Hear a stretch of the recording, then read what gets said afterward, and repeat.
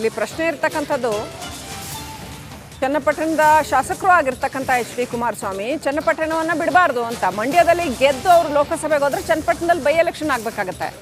ಅಲ್ಲಿ ಬೇರೆ ಯಾರಾದರೂ ನಾಯಕರುಗಳು ಅಥವಾ ನಿಖಿಲ್ ಕುಮಾರಸ್ವಾಮಿಯೋ ಅಥವಾ ಇನ್ಯಾರನ್ನೋ ನಿಲ್ಲಿಸ್ತಾರೋ ಗೊತ್ತಿಲ್ಲ, ಅಥವಾ ಇದು ಮೈತ್ರಿ ಧರ್ಮವನ್ನು ಅಲ್ಲೂ ಪಾಲಿಸ್ತಾರಾ ಗೊತ್ತಿಲ್ಲ. ಹಾಗಾಗಿ ಚನ್ನಪಟ್ಟಣದ ಕಾರ್ಯಕರ್ತರು ಚನ್ನಪಟ್ಟಣವನ್ನು ಬಿಡಬಾರ್ದು ಕುಮಾರಸ್ವಾಮಿ ಅಂತ ಹೇಳ್ತಾ ಇದ್ದಾರೆ. ಮಂಡ್ಯದ ಕಾರ್ಯಕರ್ತರು ಮಂಡ್ಯದಿಂದ ನಿಲ್ಲಲೇಬೇಕು ಲೋಕಸಭೆಗೆ ಅಂತ ಒತ್ತಾಯ ಮಾಡ್ತಾ ಇದ್ದಾರೆ.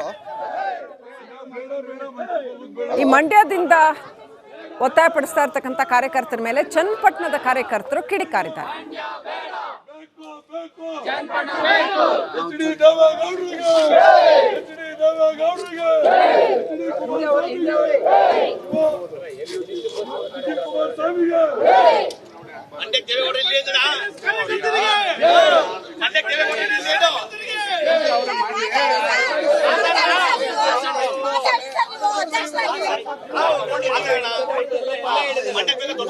ಇನ್ನಷ್ಟು ಅಪ್ಡೇಟ್ ಪಡ್ಕೊಳ್ಳೋಣ. ನಮ್ಮ ಪ್ರತಿನಿಧಿ ಸತೀಶ್ ನೇರ ಸಂಪರ್ಕದಲ್ಲಿದ್ದಾರೆ. ಸತೀಶ್, ಏನಿದ್ರ ಒಳ ಹೂರಣ? ಕೆಲವರು ಹೇಳ್ತಾರೆ ನೀವು ಮಂಡ್ಯದಿಂದ ನೀವು ನಿಖಿಲ್ ಕುಮಾರಸ್ವಾಮಿ ಅವ್ರನ್ನ ಇಟ್ಕೊಳ್ಳಿ, ನೀವು ಎಚ್ ಡಿ ಕೆ ಅವ್ರನ್ನ ಚನ್ನಪಟ್ಟಣಕ್ಕೆ ಬಿಟ್ಬಿಡಿ, ಚನ್ನಪಟ್ಟಣದ ಕಾರ್ಯಕರ್ತರು ಇಲ್ಲ ಲೋಕಸಭೆಗೆ ಅವರೇ ನಿಂತರಷ್ಟೇ ಗೆಲುವು ಸಾಧ್ಯ ಅಂತ. ಆಗ ಚನ್ನಪಟ್ಟಣದಲ್ಲಿ ಬೈ ಎಲೆಕ್ಷನ್ ಆದರೆ ಅಲ್ಲಿಗೆ ಯಾರು ಕ್ಯಾಂಡಿಡೇಟು ಅಂತ. ಆ್ಯಕ್ಚುಲಿ ಇದೆಲ್ಲದರ ಒಳಮರ್ಮ ಏನು ಸತೀಶ್?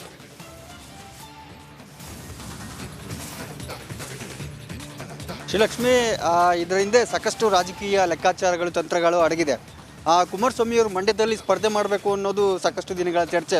ಅದಕ್ಕೆ ಅವರು ಈ ಹಿಂದೆನೇ ಒಪ್ಪಿದ್ರು. ಆದರೆ ಇತ್ತೀಚೆಗೆ ಚನ್ನಪಟ್ಟಣ ಕಾರ್ಯಕರ್ತರು ತೀವ್ರ ವಿರೋಧ ವ್ಯಕ್ತಪಡಿಸಿದರು. ಕಾರಣ, ಕುಮಾರಸ್ವಾಮಿಯವರು ಚನ್ನಪಟ್ಟಣದಿಂದ ಮಂಡ್ಯಗೆ ಹೋದರೆ ಅಲ್ಲಿ ಬೈ ಎಲೆಕ್ಷನ್ ಆಗಬೇಕಾಗತ್ತೆ.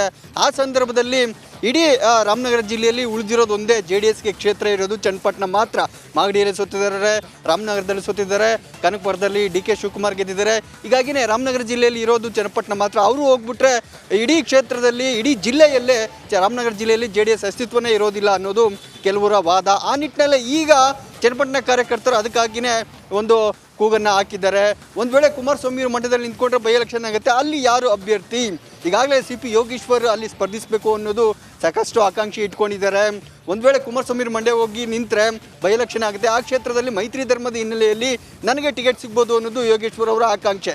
ಆ ನಿಟ್ಟಿನಲ್ಲಿ ಒಂದು ವೇಳೆ ಯೋಗೇಶ್ವರ್ ಅಲ್ಲಿ ನಿಂತರೆ JDS ಅಸ್ತಿತ್ವದೇ ಇರೋದಿಲ್ಲ ರಾಮನಗರ ಜಿಲ್ಲೆ. ಹೀಗಾಗಿನೇ ಚನ್ನಪಟ್ಟಣ ಕಾರ್ಯಕರ್ತರು ಮಂಡ್ಯ ಕುಮಾರಸ್ವಾಮಿಯವರು ಚನ್ನಪಟ್ಟಣ ಬಿಟ್ಟು ಹೋಗಬಾರ್ದು ಅನ್ನೋ ಒಂದು ಒತ್ತಡವನ್ನು ಹಾಕೋ ಜೊತೆಗೆ ಒಂದು ವೇಳೆ ಬೈ ಎಲೆಕ್ಷನ್ ಆದರೆ ಅಲ್ಲಿ JDSಗೆ ಕೊಡಬೇಕು ಅನ್ನೋ ಒತ್ತಡ ತಂತ್ರವು ಕೂಡ ಇಲ್ಲಿ ಅಡಗಿದೆ ಅನ್ನೋದು ರಾಜಕೀಯ ಲೆಕ್ಕಾಚಾರ.